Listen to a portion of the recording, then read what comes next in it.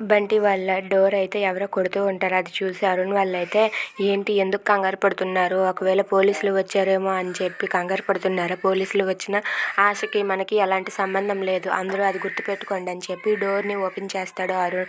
ఇక ఓపెన్ చేసేసరికి అక్కడ పోలీసులు ఉంటారు. అది చూసి అరుణ్ అయితే ఏంటి ఎందుకు వచ్చారు సార్ అని చెప్పి అడుగుతూ ఉంటాడు.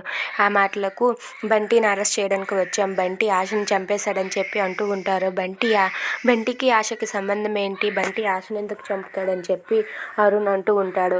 ఆ మాటలకైతే పోలీసులు ఇలా అంటూ ఉంటారు, మా దగ్గర పూర్తి ఆధారాలు ఉన్నాయి కాబట్టే మేము బంటిని అరెస్ట్ చేయడానికి వచ్చాం, లేదంటే రాము కదా, ప్లీజ్ బంటిని తీసుకుని వెళ్తాం, పక్కకు తప్పుకోండి అని చెప్పి అంటూ ఉంటారు. ఆ మాటలకు అంజలి కూడా మా బంటి అలాంటి హత్యలు చేయలేదు, మా బంటి అలాంటి వాడు కాదని చెప్పి అంటూ ఉంటుంది. అయినా సరే మా దగ్గర ఆధారాలు ఉన్నాయని చెప్తున్నాం కదమ్మా, మా డ్యూటీ మమ్మల్ని చేసుకొనివ్వండి, మీరు పక్కకు తప్పుకోండి అని చెప్పి బంటిని కాలర్ పట్టుకొని ఈడ్చుకొని వెళ్ళిపోతూ ఉంటారు. అది చూసి ఇంట్లో వాళ్ళంతా షాక్ అవుతారు. If you like this video please like, share.